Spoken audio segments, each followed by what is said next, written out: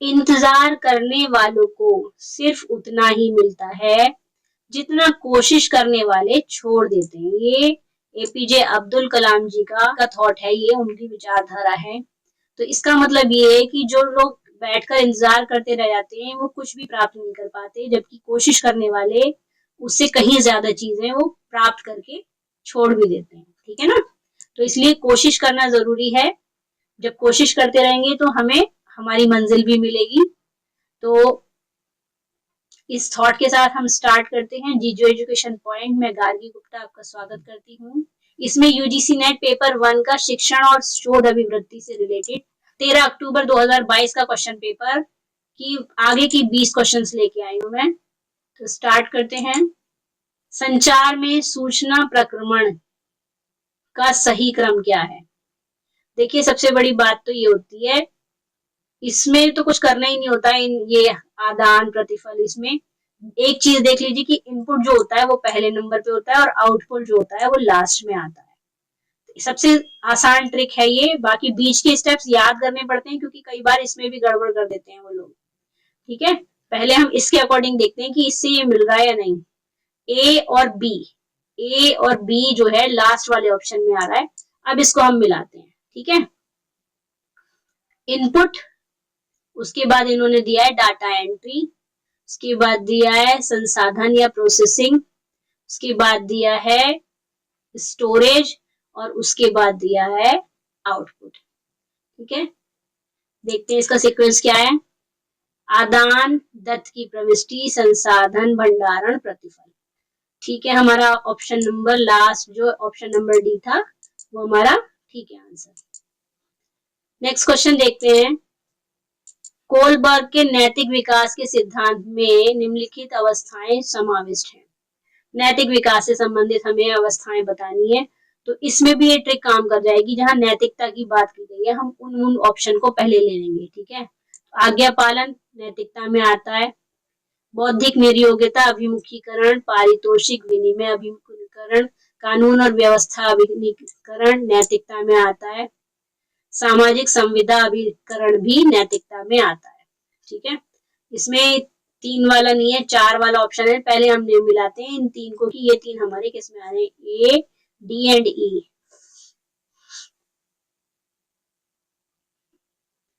देखिए ए, D and ई इसमें आ रहे हैं। ठीक है, लेकिन साथ में बी वाले ऑप्शन में भी आ रहे हैं।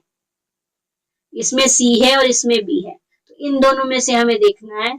तो अगर हम इसमें देखेंगे तो हम पहले पारितोषिक वाले को लेंगे, न कि बौद्धिक निर्योग्यता का। बौद्धिक निर्योग्यता अभिमुखीकरण का नैतिकता से कोई मतलब नहीं है। ठीक है, तो सी वाला ऑप्शन चुनेंगे तो हमारा होगा इसमें option number B. Option number B, आज्ञा पालन अभिमुखीकरण, पारितोषिक विनिमय अभिमुखीकरण, कानून और व्यवस्था अभिमुखीकरण, सामाजिक संविदा अभिमुखीकरण, स्वहित उन्मुखीकरण, अपना हित ना देखना। ठीक है, सार्वभौमिक नैतिक सिद्धांत सबके लिए। नेक्स्ट क्वेश्चन है कथन वाला। ध्वनि आश्वस्त है क्योंकि यह उत्पन्न होती है। आश्वस्त नहीं, अशाश्वत, सॉरी। ध्वनि अशाश्वत है क्योंकि यह उत्पन्न होती है। बिल्कुल ठीक बात है, क्योंकि ये उत्पन्न होती है इसलिए अशाश्वत है। ठीक है, हेतु ध्वनि की शाश्वतता प्रमाणित नहीं करता अपितु इसकी अशाश्वतता को स्थापित करता है। तो ये ऑप्शन हमारा सही है। ठीक है, तो ऑप्शन नंबर ए इसमें हमारा आंसर आएगा। ए और बी, आर दोनों सही हैं। ठीक है, ए आर दोनों सही हैं। नेक्स्ट क्वेश्चन है, कथन दिया हुआ है और कारण दिया हुआ है। सभी सत्य आधार वाक्य वैध निगमनात्मक तर्क सत्य निष्कर्ष की ओर ले जाएगा। ठीक है, सभी सत्य आधार वाक्य वैध निगमनात्मक तर्क की ओर ले जाते हैं। क्योंकि निगमन की बात की गई है और आधार वाक्य की बात की गई है, तो ये ऑप्शन ठीक है, निष्कर्ष की ओर ले जाते हैं निगमनात्मक तर्क। ठीक है, नेक्स्ट है, एक वैध निगमनात्मक तर्क में निष्कर्ष उसके आधार वाक्यों से अनिवार्य रूप से निकलेगा। ये भी बात ठीक है।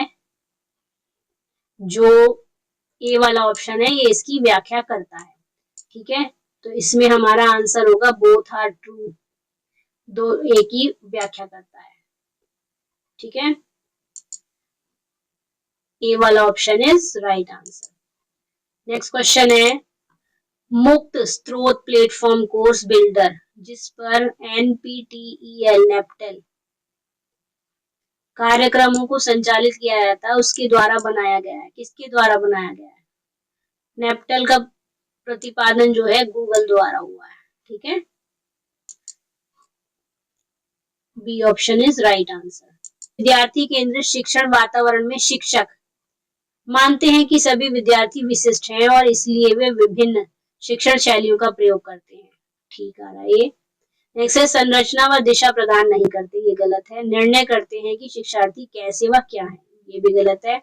शिक्षार्थी की निर्णय लेने की प्रक्रिया को सुगम नहीं बनाते, ये ऑप्शन भी गलत है। तो हमारा आंसर नंबर ए इसमें सही होगा। ठीक है, A answer is right answer. व्यावसायिक शिक्षा के संदर्भ में एनएसडीसी संगठन का आशय है national skill development council, national skill development corporation, national skill documentation centre, national sector development corporation. इसमें आंसर होगा इसमें नेशनल स्किल डेवलपमेंट कॉरपोरेशन। ठीक है, answer is B. National skill development corporation को भारत में कौशल परिदृश्य को उत्प्रेरित करने के प्राथमिक जनादेश के साथ एक सार्वजनिक निजी भागीदारी कंपनी के रूप में स्थापित किया गया था।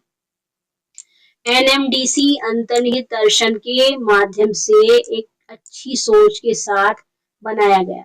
ठीक है, इसके उद्देश्य क्या है?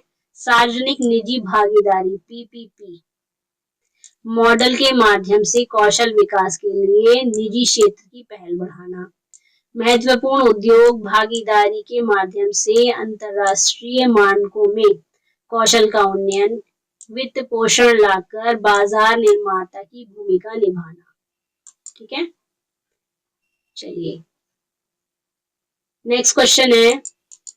ये क्वेश्चन है निम्नलिखित कार्यकलाप सामाजिक शोध में प्रयोग करने से संबंधित है। ठीक है, सामाजिक शोध में प्रयोग होता है तो प्रायोगिक परिवेश का नियंत्रण, ठीक है, प्रायोगिक परीक्षण, पुनर्परीक्षण और परीक्षण, ये भी होता है। प्रतिभागियों के साथ परानुभूति ऐसा नहीं करते हैं। परानुभूति से क्या मतलब है? प्रतिभागियों के साथ सराहना करने का काम भी नहीं करते हैं। व्यवहार के स्तरों को विनिर्दिष्ट करना, ये हो सकता है प्रैक्टिकल में हमारे काम आए। तो option number A, B and E देखते हैं। ए, बी एंड ई, हमारा ऑप्शन नंबर डी में है। ठीक है, चलिए डी है सामाजिक शोध नवीन तथ्यों की खोज, पुराने तथ्यों के सत्यापन, उनके क्रमबद्ध पारस्परिक संबंधों, कारणों की व्याख्या करता है। ठीक है, इसका उद्देश्य क्या है? नवीन तथ्यों का पता लगाना, सैद्धांतिक संदर्भ में तथ्यों की क्रमों और अंतर संबंधों को देखना, कार्य कारण व्याख्या का विश्लेषण करना, नवीन वैज्ञानिक यंत्रों, अवधारणाओं और सिद्धांतों का निर्माण करना। ठीक है, शोध की प्रकृति क्या है? घटनाओं, तथ्यों और प्रक्रियाओं की व्याख्या करना, नवीन तथ्यों की खोज करना, समस्याओं की प्रकृति एवं कार्यों का अध्ययन करना और प्राचीन तथ्यों का पुनर्परीक्षण करना। ठीक है, तो हमारे ए, बी और ई ऑप्शन इसमें सही आंसर है। यदि कोई सर्वेक्षण टेलीफोन के माध्यम से कराया जाता है तो निम्नलिखित में से कौन सा कथन सही है?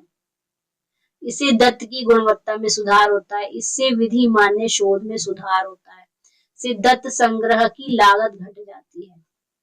हाँ, लागत तो इससे घटती है। मैंने आपको अभी पिछली वीडियो में मैंने इसके बारे में बताया भी था। टेलीफोन के माध्यम से जो टेस्ट किए जाते हैं उसमें लागत कम लगती है। ठीक है, देखते हैं। इसके लाभ में कम खर्चीला होता है, उत्तरदाता को प्रभावित करने की अपेक्षाकृत संभावना कम होती है, अपेक्षाकृत उच्च उत्तर दर होती है। और हानि क्या होती है? सीमित उपयोग हम कर सकते हैं, प्रतिक्रियाएं देखना संभव नहीं है कि वो क्या रिएक्शन कर रहा है। उत्तरदाताओं को प्रभावित करने की संभावना कम होती है इसमें। क्वेश्चन है, नीचे दिए दो कथन दिए गए हैं, यदि किसी मनोवैज्ञानिक परीक्षण की लंबाई बढ़ा दी जाए तो विश्वसनीयता और वैधता दोनों में सुधार होता है। हाँ जी, ये बात बिल्कुल ठीक कही गई है। परीक्षण जितना लंबा करा जाएगा उसमें उसकी विश्वसनीयता और वैधता बढ़ती जाएगी। किसी परीक्षण के प्राप्तांक की व्याख्या उसके मानक का संदर्भ लिए बिना की जा सकती है। ये वाली बात इन्होंने यहाँ गलत करी है। बिना मानक के संदर्भ की कैसे हम किसी परीक्षण की व्याख्या कर सकते हैं जब तक हम डाटा इकट्ठा नहीं करेंगे। ठीक है, तो इसमें ऑप्शन नंबर सी इसमें ठीक है। इसमें कौन कौन से परीक्षण बताए ऐसे, बुद्धि परीक्षण, अभिवृत्ति परीक्षण, अभिक्षमता, उपलब्धि और व्यक्तित्व परीक्षणों में जो है ऐसा काम होता है। ये मनोवैज्ञानिक परीक्षण है सारे, इनमें डाटा इकट्ठा किया जाता है। मनोवैज्ञानिक परीक्षण पे भी मैंने एक वीडियो बना के अभी हाल ही में डाली है, कल की वीडियो कल बनाई है वो वीडियो, आप उसको भी देख सकते हैं। ठीक है, दिए गए तर्क में कौन से अनाकारिक दोष हैं? अनाकारिक दोष की बात हो रही है। सभी सर्प सरीसृप हैं, कुछ सर्प विषैले जीव होते हैं अतः सभी विषैले जीव सरीसृप हैं। ठीक है, तो देखो यहाँ पर है सार्वभौम वाला मतलब ये तर्क, ये जो है ये सार्वभौम नहीं है, ये सार्वभौम है। ठीक है, यहाँ पर सर्प सरीसृप होते हैं, यहाँ पर इन्होंने विषैले कह दिया, जीव कह दिया, और यहाँ पर विषैले जीव सरीसृप कह दिया। तो इसमें जो दोष है ये अमुख्य पद का दोष है, यानी अमुख्य पद जो है उसमें गड़बड़ कर रखी है इन्होंने। बी वाला ऑप्शन इसमें ठीक है। नेक्स्ट है, भूजल में आर्सेनिक प्रदूषण का स्रोत क्या है? आर्सेनिक प्रदूषण कैसे होता है भूजल में?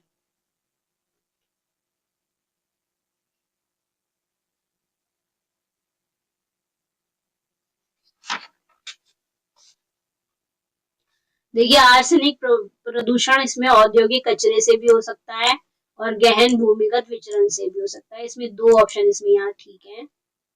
इसमें बताया गया भूमिगत शाकाहारी, सॉरी, देखिए भूजल का आर्सेनिक संदूषण भूजल प्रदूषण का एक रूप है। भूजल गहरे स्तरों में आर्सेनिक की अपेक्षा आर्सेनिक की उच्च सांद्रता के कारण होता है।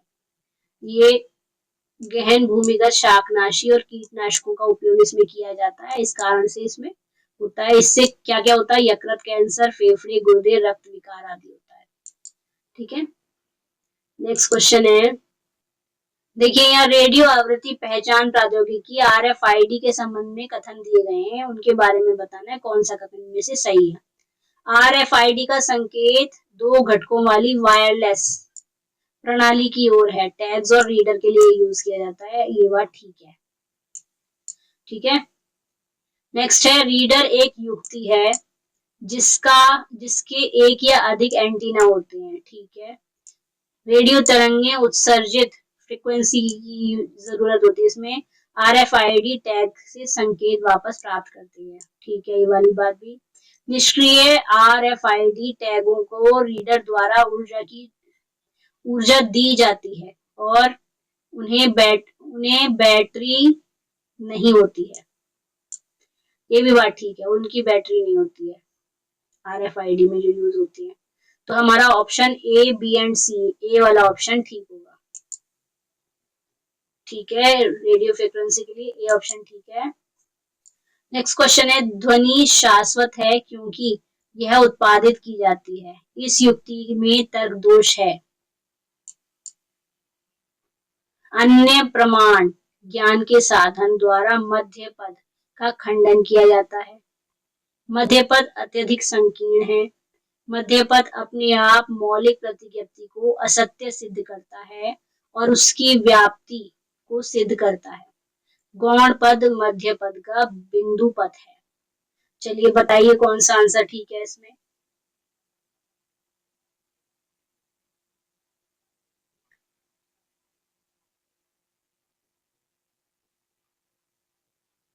देखिए इसमें आंसर होगा मध्य पद अपने आप मौलिक प्रतिव्यक्ति को असत्य सिद्ध करता है और उसके व्याप्ति को सिद्ध करता है। ठीक है, ऑप्शन नंबर सी इसका आंसर होगा। देखिए अब ये मेरा एक मैथ्स वाला क्वेश्चन आ गया है जो मैंने डाल दिया है, बहुत आसान है इसलिए मैंने इसको इसमें डाल दिया है। इसको सीखने में आपको ज्यादा मेहनत करने की जरूरत नहीं पड़ेगी।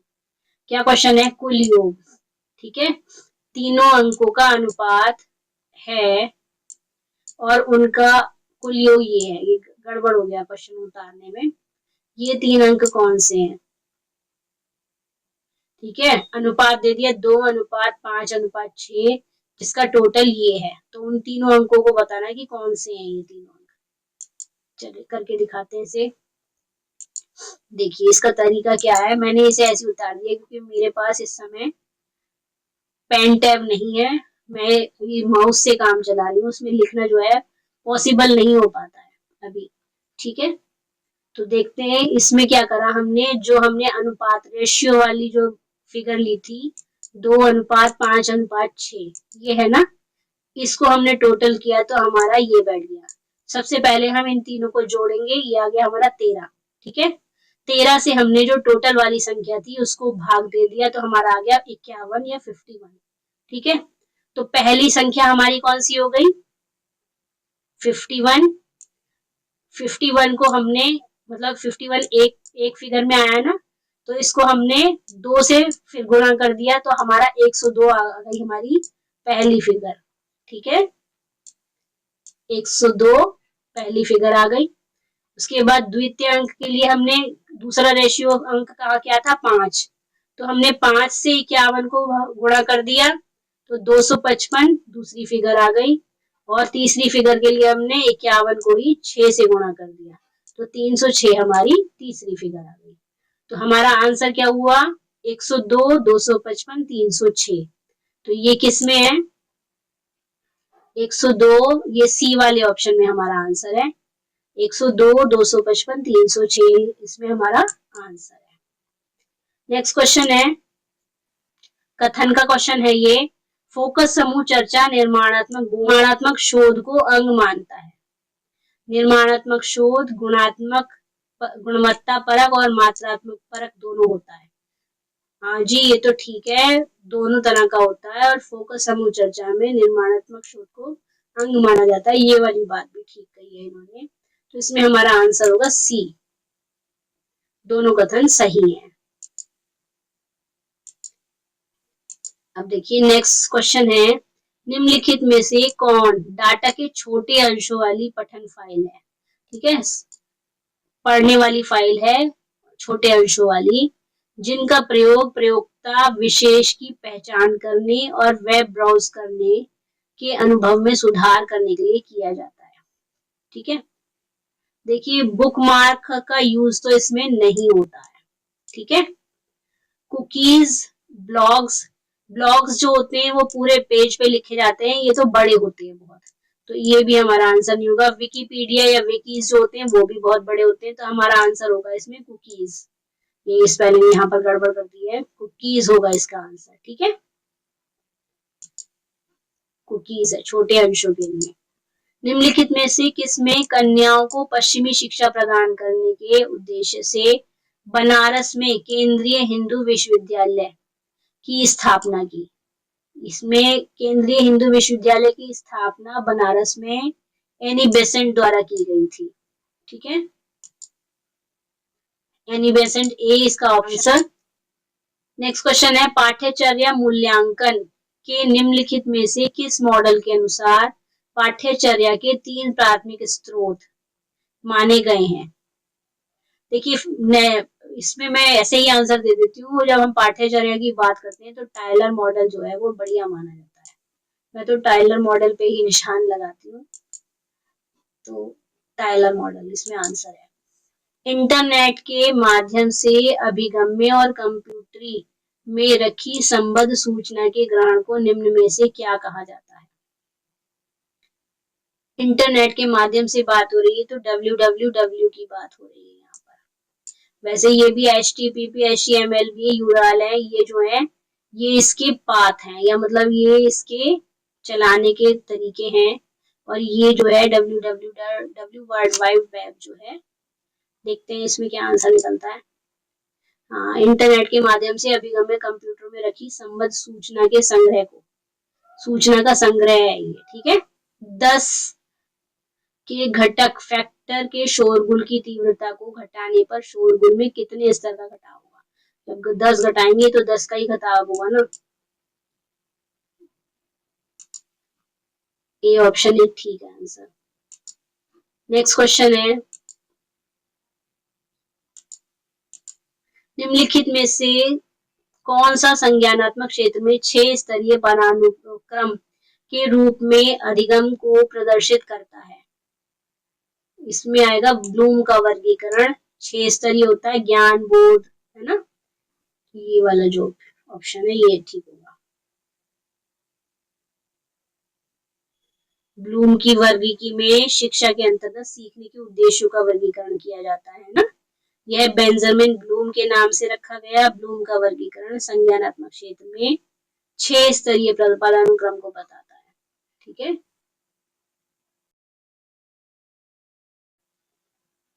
नेक्स्ट क्वेश्चन है, निम्नलिखित में से किस प्रमाण ज्ञान का साधन को स्वार्थ, स्वयं के लिए और परार्थ, अन्य के लिए प्रकारों में विभेदित किया गया है? तो यहाँ पर होगा उपमान, इसका आंसर होना चाहिए। देख लेते हैं इसका आंसर। इसमें इन्होंने आंसर दिया अनुमान, ठीक है, उपमान नहीं है इसका आंसर, अनुमान है। तो उपमान इसमें गलत है, इसमें अनुमान आंसर दिया गया है इसका। अनुमान को प्रमाण ज्ञान का साधन के स्वयं के लिए और अन्य के लिए प्रकारों में विभेदित किया गया है। नेक्स्ट क्वेश्चन है, ऐतिहासिक शोध में कमजोर विश्लेषण किन कारणों से होता है? निर्वैयक्तिक व्याख्या, वस्तुनिष्ठ मूल्यांकन पर बल, अति सामान्यीकरण, अति सरलीकरण, सामाजिक संदर्भ की पहचान न होना। इसमें होगा निर्वैयक्तिकरण, निर्वैयक्तिक व्याख्या तो नहीं होगा इसमें, इम्पर्सनल व्याख्या नहीं होगा इसमें, गलत है।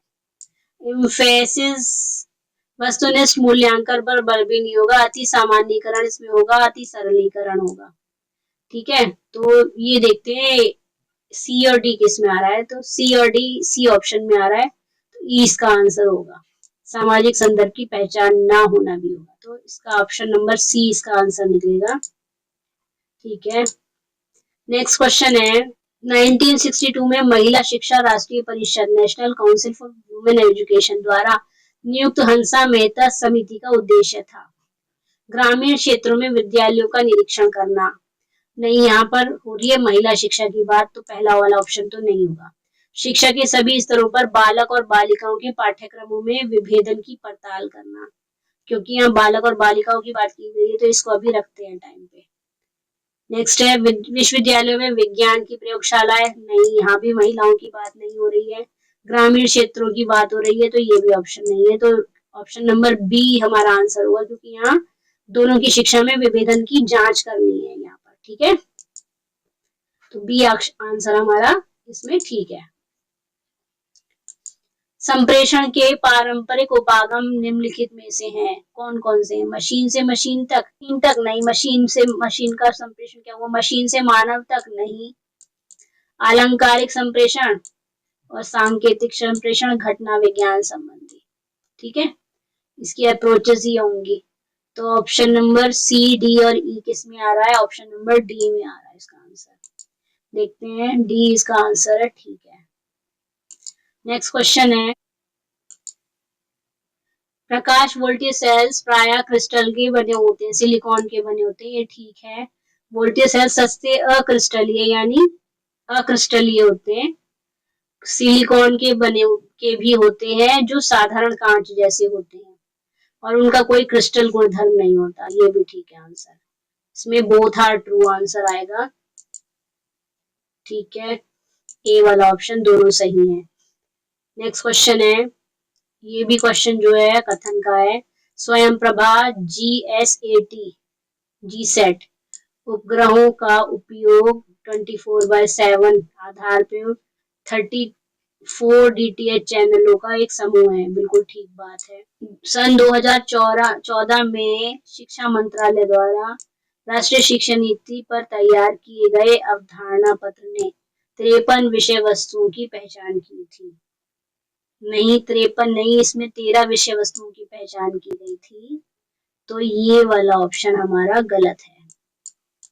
तो हमारा ऑप्शन इसमें आएगा सी, पहला कथन सही है और दूसरा गलत है। देखिए यहाँ आ रहा है 13 विषय वस्तुओं की पहचान की गई थी। हमारा एक ये 50 वाला नंबर वाला क्वेश्चन है। इसमें क्या है, एक कक्षा में 15 छात्र हैं। कक्षा के छात्र और अध्यापकों की औसत आयु 15 वर्ष है। छात्रों और अध्यापक की औसत आयु छात्रों की आयु से 2 वर्ष अधिक है। ठीक है, कक्षा अध्यापक की आयु पता करनी है। तो ये भी मैथ्स का क्वेश्चन है, ये लेके आई हूँ मैं। देखिए इसको भी देखते हैं। छोटा आसान सा क्वेश्चन है, अगर आप समझने की कोशिश करेंगे बहुत जल्दी समझ में आ जाएगा। जो बच्चे मैथ्स से भागते हैं उनके लिए लाई हूँ मैं क्वेश्चन। माना 15 छात्रों की औसत आयु है x। ठीक है, 15 छात्रों के अलावा कौन है, एक अध्यापक है। तो कितने लोग हो गए हमारे पास, 16 व्यक्ति हो गए जिनकी औसत आयु है 15 मल्टीप्लाई बाय 16। ठीक है, तो कितने हो गए, 240 वर्ष। ठीक है, अब क्योंकि औसत आयु थी तो इसको हम इसमें 2 वर्ष और जोड़ देंगे। छात्रों की औसत आयु, अध्यापक की औसत आयु बराबर छात्र की औसत आयु प्लस 2, क्योंकि इसमें क्वेश्चन में कहा गया है ना 2 वर्ष अधिक है।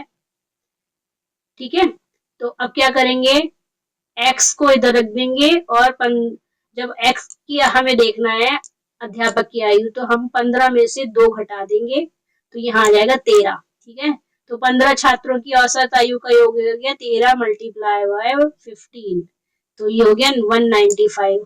और 15 छात्रों की क्या थी, 240। तो 240 वर्ष में से हम 195 वर्ष को माइनस कर देंगे तो 45 वर्ष हमारे जो कक्षा अध्यापक हैं उनकी औसत आयु निकल आएगी।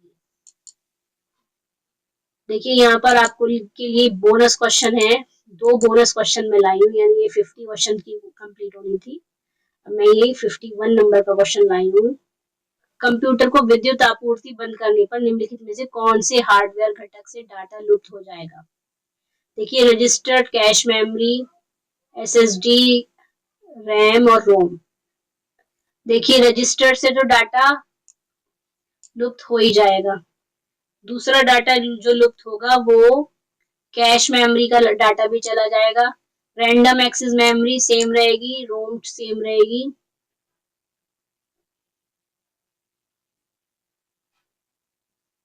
नहीं, रोम रीड ओनली मेमोरी तो वैसे इसकी वैसी ही रहेगी और एसएसडी भी वैसी ही रहेगी, तो इसमें आएगा रैम। ठीक है, इन तीनों चीजों से होगा। तो ए, बी और डी, ए, बी और डी हमारा डी ऑप्शन है। ठीक है, डी ऑप्शन है। नेक्स्ट क्वेश्चन है, निम्नलिखित में से कौन से 21वीं सदी के उच्चतर शिक्षा अध्यापक द्वारा सुनिश्चित किए जाने चाहिए। विद्यार्थियों को विचार कौशल उच्चतर क्रम के लिए तैयार करना, विद्यार्थियों का नियोजन, डिजिटल संसाधनों का प्रयोग, ये तो होना ही चाहिए। केवल मेधावी विद्यार्थियों के साथ परस्पर बातचीत, ये गलत है। डी वाला ऑप्शन निकाल दो जिसमें डी ऑप्शन है, क्योंकि ये गलत है ना। केवल अच्छे बच्चों के साथ, मतलब इंटेलिजेंट बच्चों के साथ या ब्राइट बच्चों के साथ ही बातचीत करना सही नहीं है, ये गलत है। ठीक है, तो डी वाला ऑप्शन हमने निकाल दिया, तो डी ऑप्शन हमारे तीनों में है, तो हमारा आंसर ए इसमें सही आंसर होगा। देखें, हाँ ए आंसर हमारा इसमें सही है। तो बच्चों अगर आपको ये क्वेश्चन आंसर का जो सीरीज है अगर पसंद आई है और अच्छी लगी है तो मैं वही कहना चाहूंगी जो मैं अपनी हर वीडियो में कहती हूँ, वीडियो को लाइक, शेयर एंड सब्सक्राइब कीजिए। वीडियो देखने के लिए थैंक यू। मिलते हैं नेक्स्ट वीडियो में। ठीक है।